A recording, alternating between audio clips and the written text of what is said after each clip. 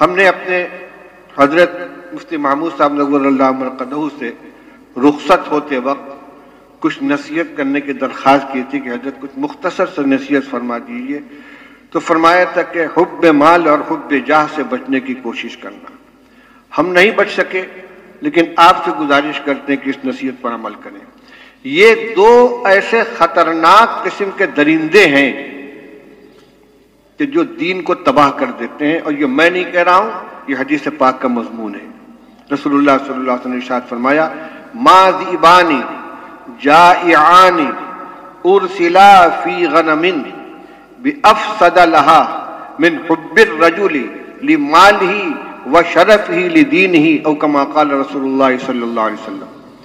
آپ نے فرمایا کہ دو بھوکے بھیڑیے کسی بکری کے ریوڑ میں آزاد چھوڑ دیے جائیں تو وہ اس ریوڑ میں اتنا نقصان نہیں پہنچائیں گے جتنا نقصان آدمی کو عہدے اور مال کی محبت سے اس کے دین کو پہنچتا ہے۔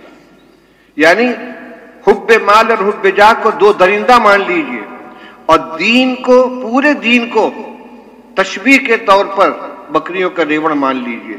جیسے دو بھوکے بھیڑیے ایسے ریوڑ میں جس کا کوئی نگراں نہ ہو، کوئی بچانے والا نہ ہو، کتنی تباہی مچائیں گے، اس کا ایک طرف تصور کیجئے، دوسرے طرف فرماتے اس سے زیادہ نقصان پہنچے گا حب مال اور حب جاہ کا کس چیز میں؟ دین کو نقصان پہنچانے میں۔ جو علم حاصل کیا یہ بھی، اور جو عمل کے اعتبار سے دین کے ہم مکلف ان سب پہ نقصان پہنچے گا، اس لیے اس سے بچنے کی کوشش کریں۔ کبھی خود سے کسی عہدے کے طلبگار نہ بنے، اور بغیر مانگے ہوئے جو ذمہ داری دے دی جائے اس کو قبول کر لیں۔ یہی مضمون حدیث پاک کا بھی ہے۔ حکیم بن حزام رضی اللہ تعالیٰ سے آپ نے ارشاد فرمایا تھا، اور دیگر حضرت ابو موسیٰ اشعری رضی اللہ تعالیٰ کی روایت پڑھ چکے ہو، ان کے ساتھ ان کے بھائی آئے تھے اور ان کا یا رسول اللہ ہمیں کہیں کا عامل بنا دیجئے، تو آپ نے کیا فرمایا تھا؟ انا لا نولی امرنا ھذا من سألہ، جو طلبگار ہوتا ہے اس کو ہم نہیں دیتے۔ اسی طرح حدیث میں فرمایا گیا کہ اگر کسی کو عہدہ ملے مانگ کر تو اس کے نفس کے حوالے کر دیا جاتا ہے، اور بغیر مانگے ملے تو اللہ کی طرف سے مدد ملتی ہے۔ اگر آپ کہیں مدرس بنتے ہیں تو کسی تنخواہ کے سلسلے میں کبھی لڑائی مت کیجیے محتمم صاحب سے۔ مسجد کے امام ہیں تو متولی صاحب سے تنخواہ کے سلسلے میں مطالبہ مت کیجیے، جو مل جائے اس کو اللہ کا عطیہ سمجھیے۔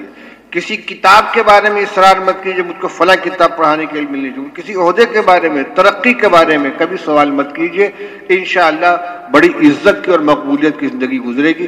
اللہ تعالیٰ ہمیں اس کی توفیق نصیب فرمائے۔ آخر میں یہ گزارش کرنا چاہتا ہوں کہ بھئی جس جگہ میں بیٹھا ہوں اس کی بہت بڑی ذمہ داری ہے۔